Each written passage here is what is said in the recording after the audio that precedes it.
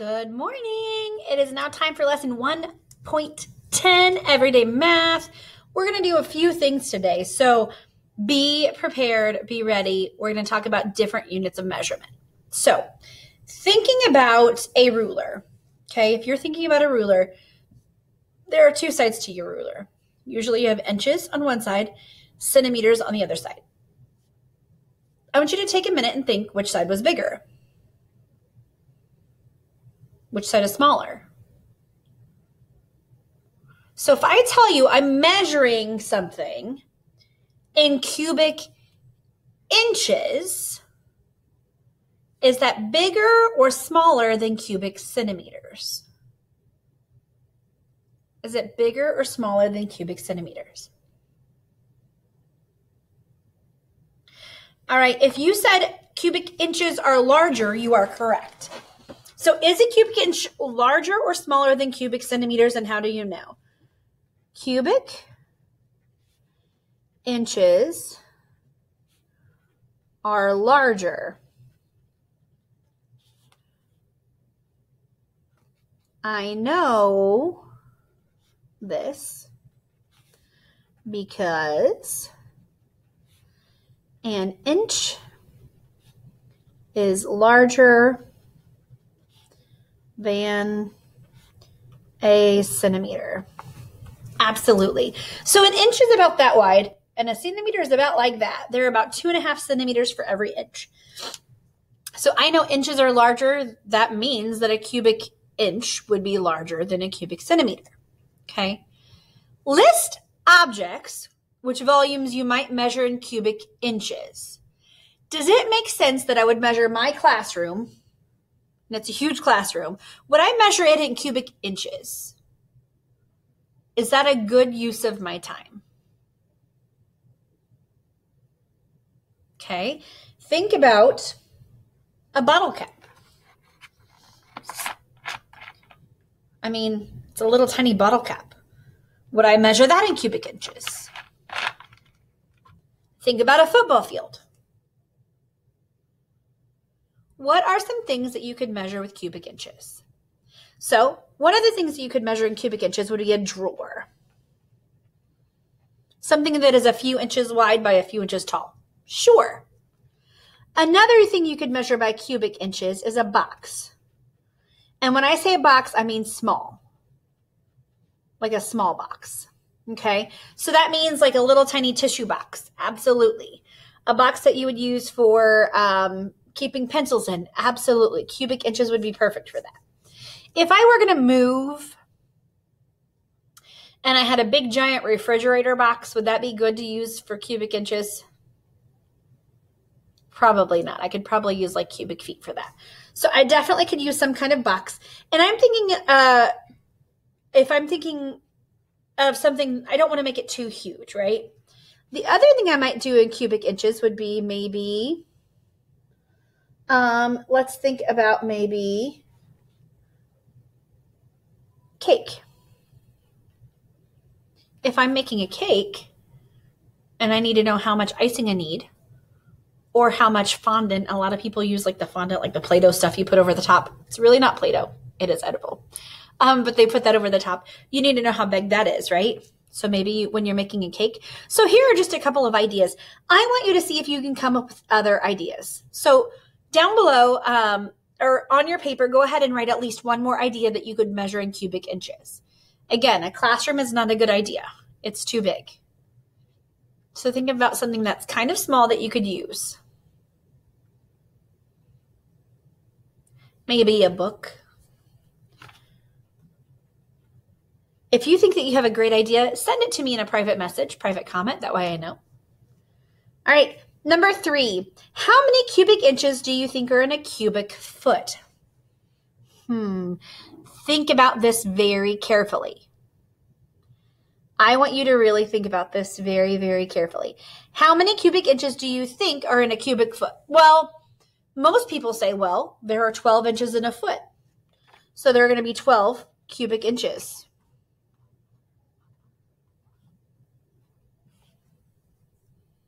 If you said that, raise your hand. Great. Here's the problem. That is not true. Okay, we're going to talk about it. We're going to go through the steps. So think about this. How many inches are in 1 foot? Again, 12, right? How many square inches are in 1 foot? So think about my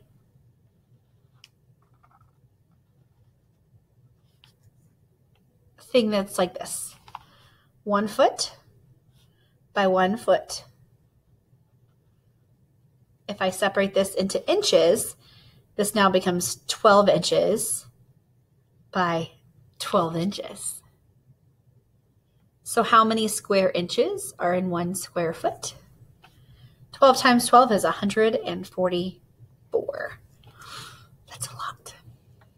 How do we find this answer? We divided the 1 foot squared into inches.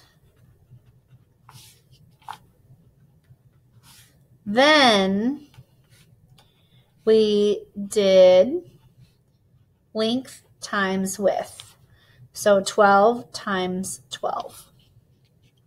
So first you divide it into inches and then you do length times width. So now thinking about it, here's my cube. Those of you that don't know how to draw a cube, here's a little quick sample of how you can do this. This is an easy way. Draw a square, go down and to the right just a little bit and draw another square and then connect the corners. That's an easy way to draw a cube, okay? So now let's think about this. This side is 12 inches, this side is 12 inches, and my height is 12 inches. So what I want you to do now is I want you to go ahead and try to do the math. Pause this video, do your math. When you are done, come back to me and show me that you are ready to go over and check our answers. Okay, go ahead and pause. All right, so you should be multiplying 12 times 12 is 144. And I'm going to use my math workbook to help me out. 144 times 12. All right, 2 times 4 is 8. 2 times 4 is 8. 2 times 1 is 2. X's and O's. We'll practice that more coming up. 1 times 4 is 4. 1 times 4 is 4. 1 times 1 is 1. Add that together. My answer, 12, 6, 7, 1,728 cubic inches. 1,728 cubic inches should have been your answer. How did you find your answer? I multiplied length times width times height. 12 times 12 times 12 equals 1,728 cubic inches. That's how you do that problem, okay? That's how you check it, and that's how you get it done. Looking at number 4, we have to find volumes that we might measure in cubic feet. Cubic feet. So again, this goes back to the thought about size. Cubic inches can be small. Cubic feet are a little bit bigger. But should I use cubic yards or cubic miles yet? Those are way huge. Probably not. If I were measuring cubic feet, a couple of things that I could measure is my classroom. Now, it would be hard. I probably would do that with cubic yards a little bit later, but I could do it if I wanted to. Cubic feet, maybe I'm going to measure the bookshelf. That's a good one. Because a bookshelf technically is a couple of feet wide, usually, right? I'm not going to use little inches. That would take forever. And I can't use yards because it's not that big. So for a bookshelf, I would use cubic feet. Another thing that I might use for cubic feet, maybe a dresser. Again, when I use cubic inches, I could just do the drawer. And now I'm doing the dresser a little bit bigger. That could definitely be cubic feet. Maybe I would do a closet. Absolutely. If I want to measure a closet, how much stuff can I pack in there? Cubic feet. I want you to see if you can think of one more for that. All right. Number 5, how many cubic feet are in a cubic yard? So first, we need to find out how many feet equals 1 yard. How many feet equals 1 yard? 3 feet equals 1 yard. So how many cubic feet are in a yard? So if this is 1 yard, just like we did with the inches earlier, that means it's 1 yard high or 3 feet high, 1 yard wide or 3 feet wide, and 1 yard for my length, 3 feet for length.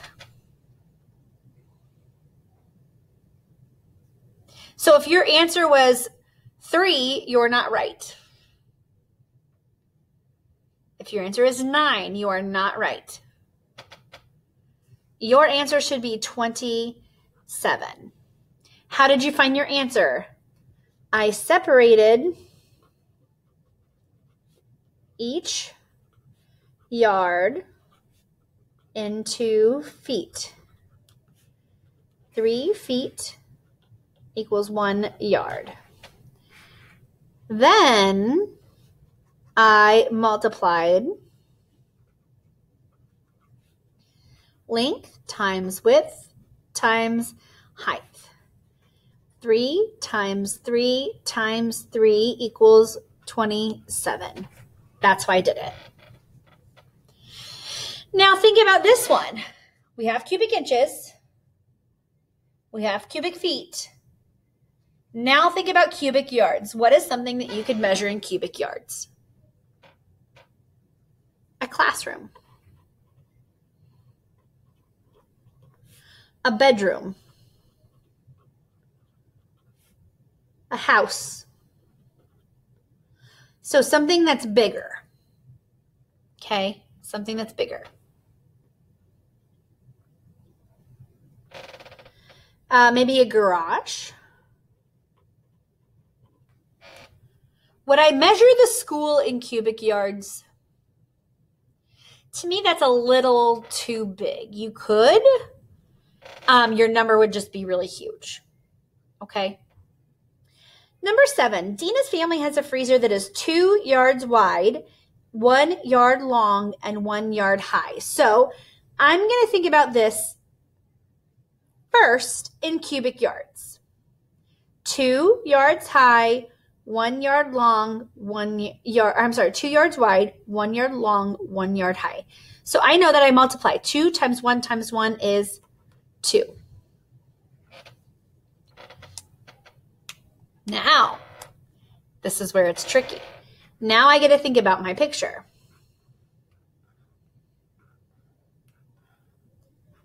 Connect my corners. So 2 yards wide, 1 yard long, 1 yard high. How many feet is in 1 yard? How many feet are in 1 yard? How many feet are in 2 yards? All right. 3 times 3 times 6 is 54. So you absolutely could think about it this way. The other way you could think about it is 27 cubic feet is in 1 cubic yard. So now this is 2 cubic yards. So you could have done 2 different ways. I multiplied 27 times 2 because there are 27 cubic feet in 1 cubic yard. That is one way you could find it. You also could say here, I did length times width times height after converting to cubic feet. it would be okay as well.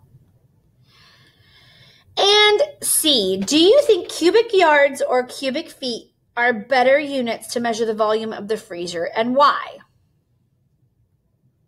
Which one do you think is a better unit to measure and why? It's kind of like thinking about our classroom here. If I were to measure in cubic yards, I could say that it was maybe 120 yards. If I were to measure in feet, that means that it would be 120 times 27. It's a lot.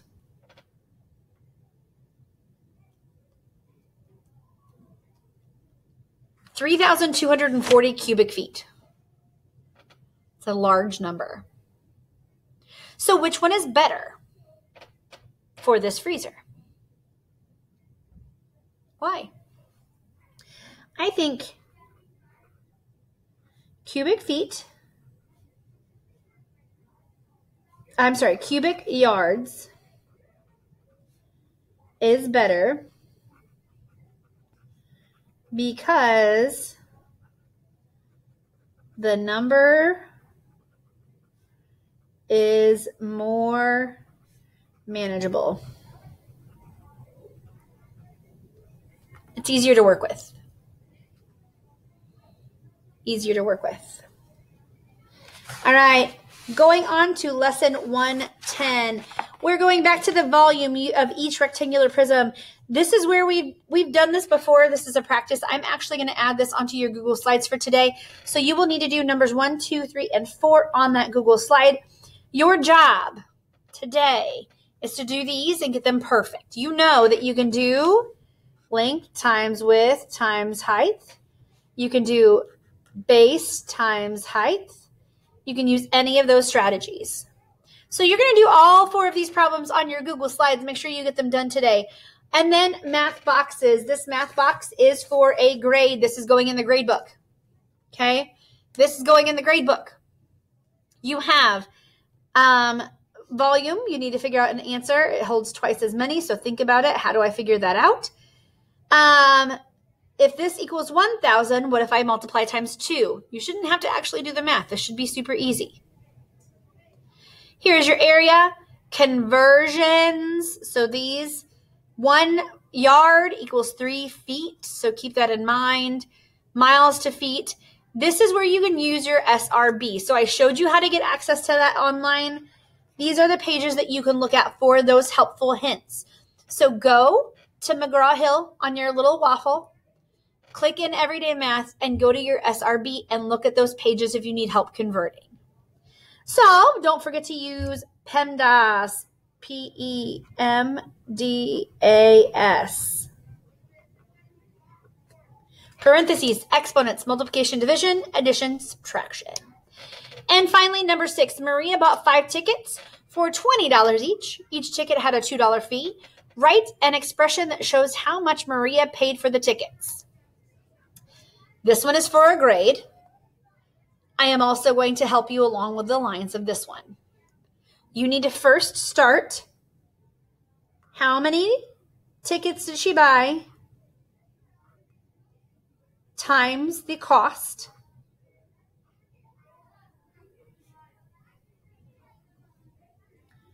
Plus the $2 fee times how many tickets?